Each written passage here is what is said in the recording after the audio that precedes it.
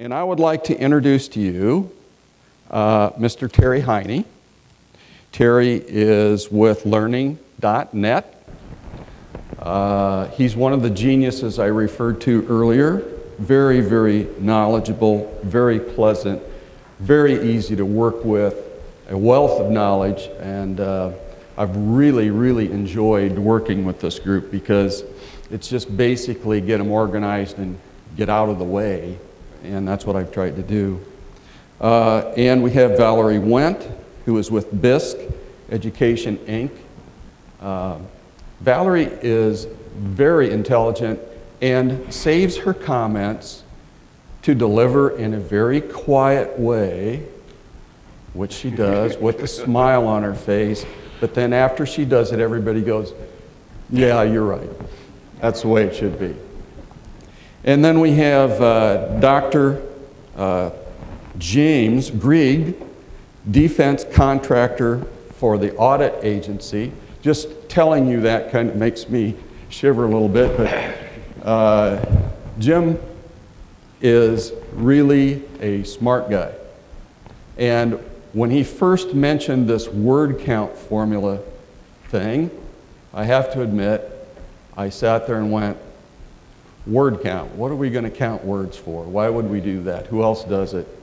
But it was a very, very, I think, great suggestion. Brings us into being up with other professions that do it the same way. And I will turn it over to the panel now to tell you about word count. Thank you.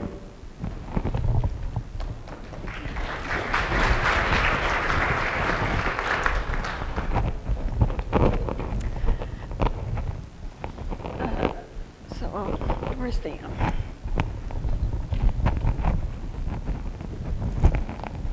where's the slide deck? Oh, it's up there. Never mind. Duh, I'm so intelligent. Just kind of threw that one out into the bus, right? So what we're going to do today, Jim and Terry and myself, is we're going to real quickly just go through the word count formula and its background, how it came to be, how we looked at the formula and applied it to CPE course standards. We're going to provide you some examples of applying that formula to different types of courses, and then how do you maintain the supporting documentation for implementing the word count formula. So Jim is going to kick it off and actually give you the background and go through the formula a little bit, and then Terry is going to come on and show you some examples, and then we will be opening it up to the floor for questions. So, Jim? They told me I was going to get to do most of the talking. I'm probably the introvert of the group, so. But I'm not an accountant introvert, so I can actually look out. One of the things that I certainly noticed, oops, sorry, that I noticed when I was working at the Defense Contract Audit Institute. I'm the education guy there, and I coordinate the pilot testing and other things. When we did pilot testing, first of all, it took forever to get results back. Anybody had that problem?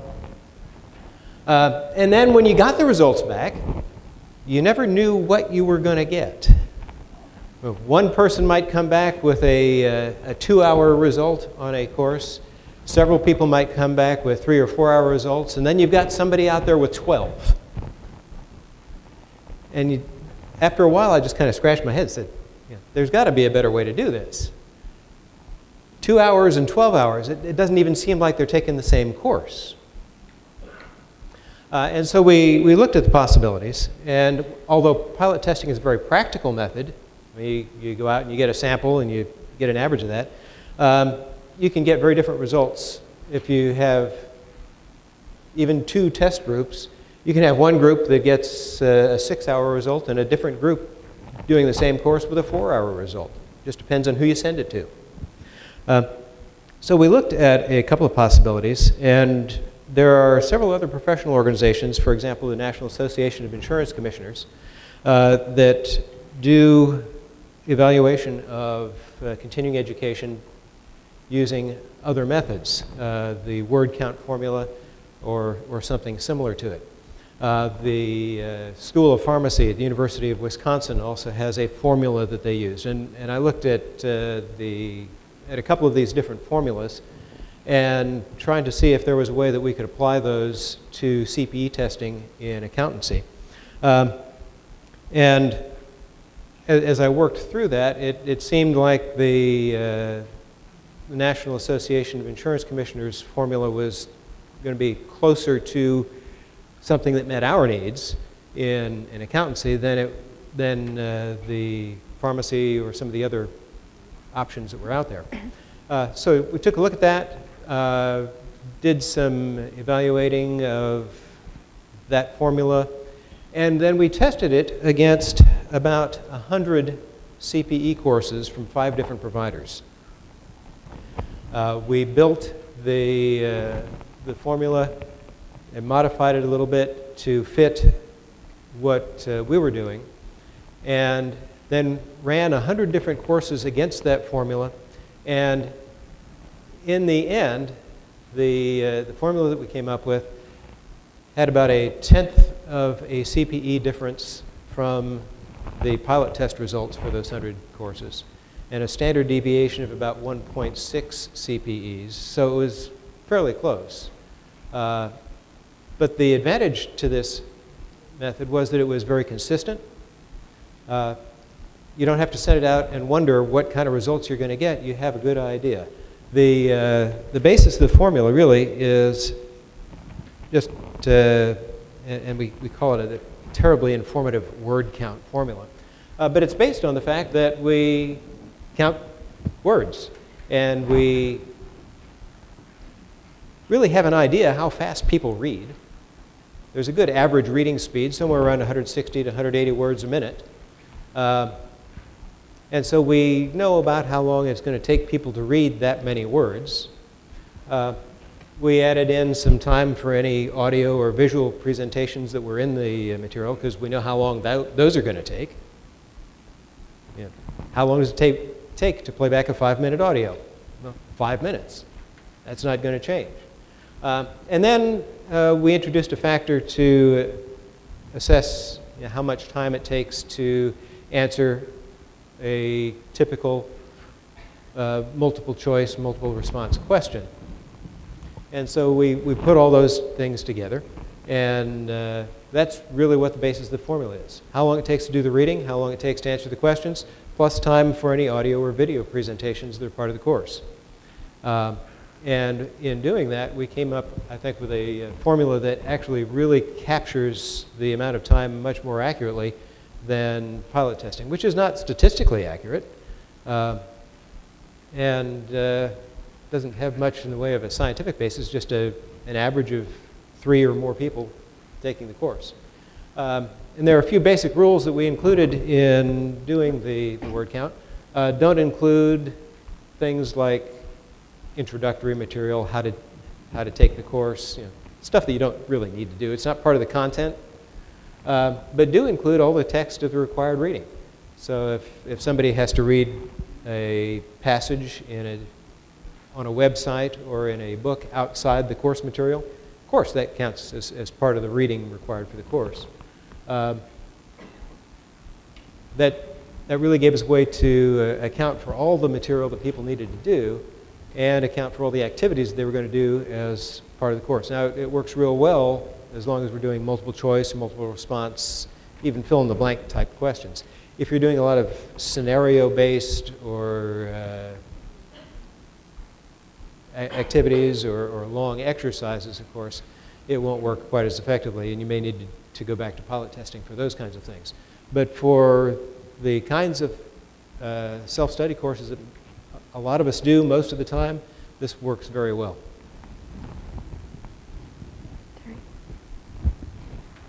Oh, my turn. Let me talk about 2 things. I think we can advance the slide. Mm-hmm. Oh, you were right. You were on the right slide. Sorry. But maybe the easiest thing to talk about first is documenting the word count method. At LearningNet, we've had a few courses where we wanted to use the word count method immediately, so we kind of just put together some tools to quickly do this. Kathleen Brown, who's our catalog manager, put together an Excel spreadsheet, and there's some examples of this following the presentation slides in the handouts. And there it's very straightforward. We do a word count of the instructional words in the course, and we either use a Word document or a PowerPoint presentation with just the instructional words. I'm on. Can you hear me? No. No? There you go. Am I good now? Okay. So in documentation, we document the words in a Word or a PowerPoint document. And if you look in the properties of the document, you get the straight word count. That's straightforward. If there's audio or video or some combination thereof in the course, then we actually do a list of each slide with the running time of that audio or video. If it's like a Brain Shark presentation, for instance, which is a straight running audio, you can actually get a cumulative running time from any slide in the program. And then we take the questions in a course, review questions, any practice questions, final exam questions, aggregate those into a Word document so we have a straight count of the number of questions. So we have the three elements of the formula in the spreadsheet. One cell aggregates that, and it gives us a CPE number. As you can see in the handouts, comes out to rounded to 2 points. We take that down to the next half level of CPE, and we have an easy to maintain and archive formula with documentation for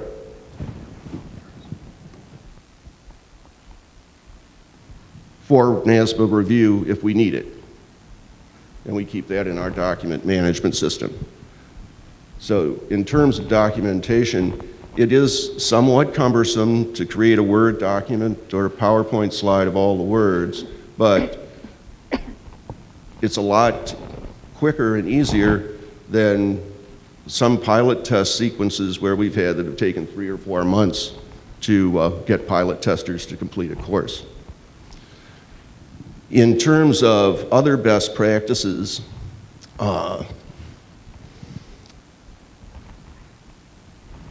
one of the questions that came up immediately was about true-false questions. They're not, under the new standards, forced choice questions, true-false, aren't allowed on final exams. They are allowed as practice questions. They're not counted as compliant review questions, but they are questions, so they go into the aggregate total of questions.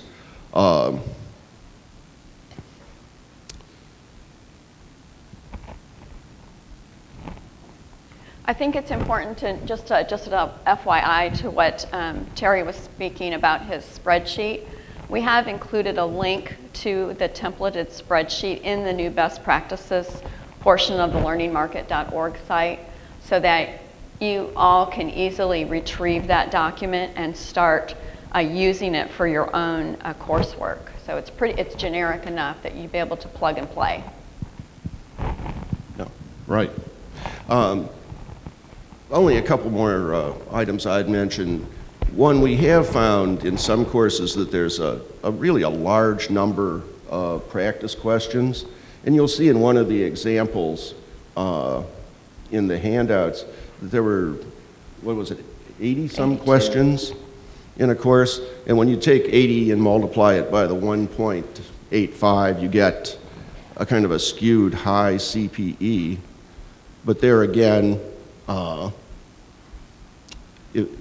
if you pilot tested that course and had that number of questions, of course, you'd have a much longer running course. Right. That's really my main points on this. Yep.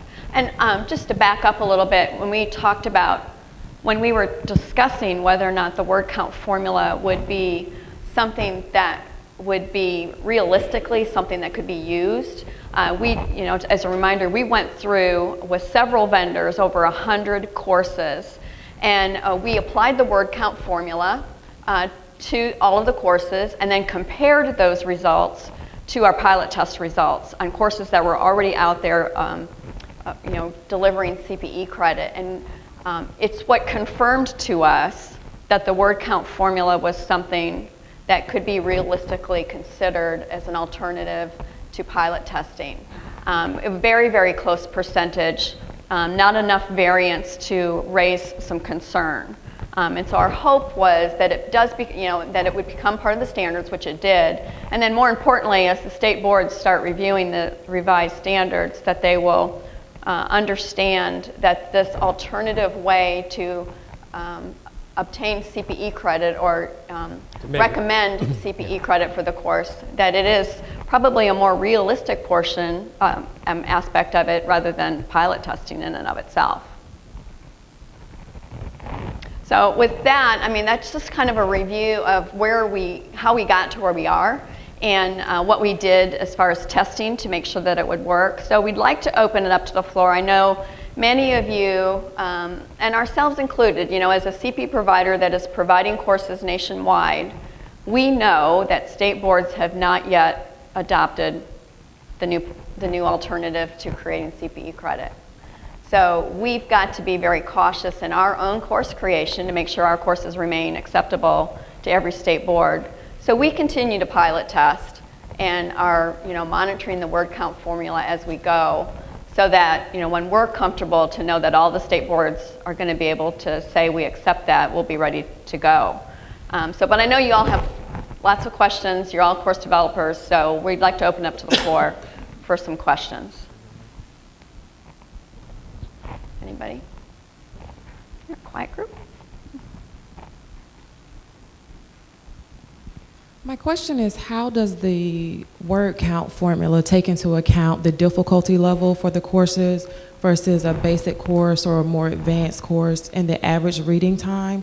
If the word count formula is more used for basic level courses or the different course levels, how does the word count actually take an impact with that? That was something that I looked at as I was going through the analysis of data. And when I did that analysis of 100 different courses, we had courses that were basic level, intermediate, advanced level.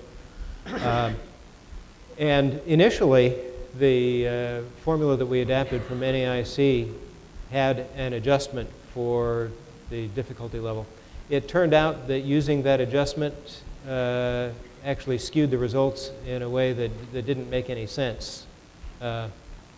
And so we found that just using the same formula on all three levels, basic, intermediate, and advanced, provided a much more realistic estimate. We ran through, like I said, over 100 courses, and a number of them were at intermediate and advanced levels.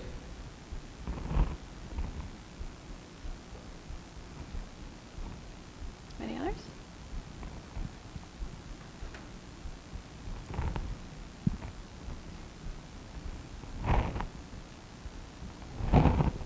My question is, you mentioned that there are certain states who may not allow the word count formula. Do you guys have a list of those states, or how are we to know if this is going to be acceptable for our participants in multiple locations? We had the same question leading up to today's conference. And we've actually spoken to Jessica about it, because with the standards just going into effect as of July, those states that just reference the CPE standards in general have, and the way the standards were worded was intentional, so that those states that just referenced it in general would automatically be brought into a line. Those states that say specifically that CPE courses must be pilot tested, I don't have the list of states. Jessica or NASBA's group may be able to share that with us, because it's a valid question. How do you know when it's okay to start rolling it out for if you're doing courses nationwide? States are reviewing it. I understand California is looking at it very closely and probably the next one to come on board. NASBA is going to provide us that information. Thank you. May I ask another question? We actually have some courses that are self-study, but we narrate the actual text as a portion of the course. So we understand that people learn audibly as well as by reading the content. So they have the option to listen to the text or to read the text. How would you pursue using a word count formula with those two options? That's a good one. Awesome. That one hasn't come up with one of ours yet. Technically, and I'll look to you, they're test questions, so you should do the count and use the 1.85 formula on those, because they're test questions and you would not want to use the audio. That's the short answer. And I wanted to build on your last question. What we're finding, and we're worried about the individual state boards, but we're also concerned about getting some courses with very relevant, quick, timely content out immediately. Mm-hmm. And at the last NASBA conference, we talked about piloting and repiloting. So we're issuing courses now based on the word count, but that doesn't preclude us from doing a pilot test on those same courses while people are taking them, confirming the CPE based on the pilot, or even changing it, and then making that our final CPE certification of the courses. So that's kind of the workaround. Yeah. To build off of the question that was posed as it related to the levels of programs that are offered, it seems as if the word count formula is very quantity-based.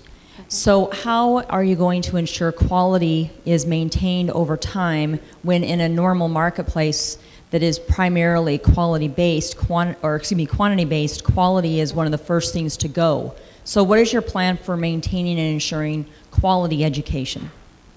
I know for us as a CPE provider, we look very heavily at our evaluative feedback that comes from our courses.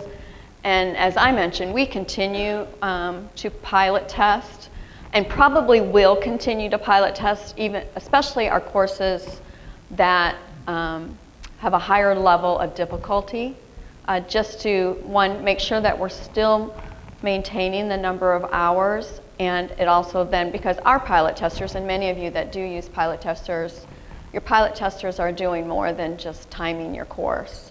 They are providing you that important feedback on whether or not you're on point.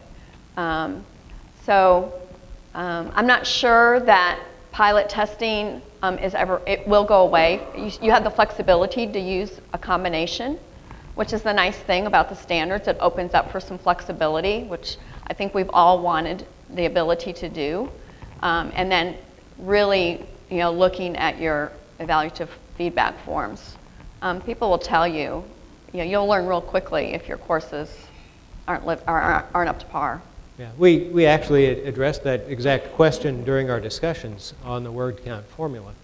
And our feeling really was that if people if providers are putting in extraneous material just to build up the CPE hours for the course, the market's going to identify that real quickly, because people are going to say, why am I reading all of this stuff?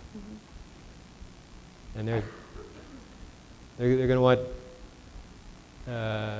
courses that address their interests and their concerns, right. not that have a lot of extra stuff built in just to get an extra half hour of CPE. Right. Anybody else? Wow. Is that it? Hey.